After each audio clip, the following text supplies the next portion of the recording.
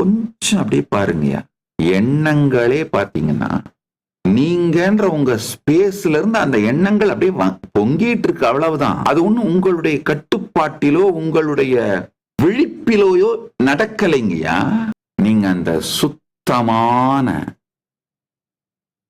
மகாகாசம், அதாவது மேகங்கள் எண்ணங்கள் அப்படின்னா மேகங்களே இல்லாத, மேகங்களுக்கு அப்பாற்பட்ட மகாகாசம் தான் நீங்க.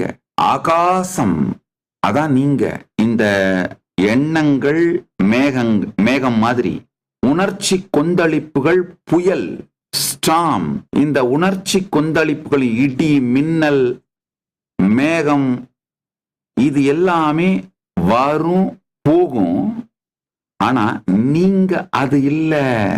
எப்பேற்பட்ட இடியானாலும் மின்னலானாலும் புயலானாலும் மேகமானாலும் ஆகாயத்தை அது பாதிப்பது கிடையாது, பாதிக்க முடியாது.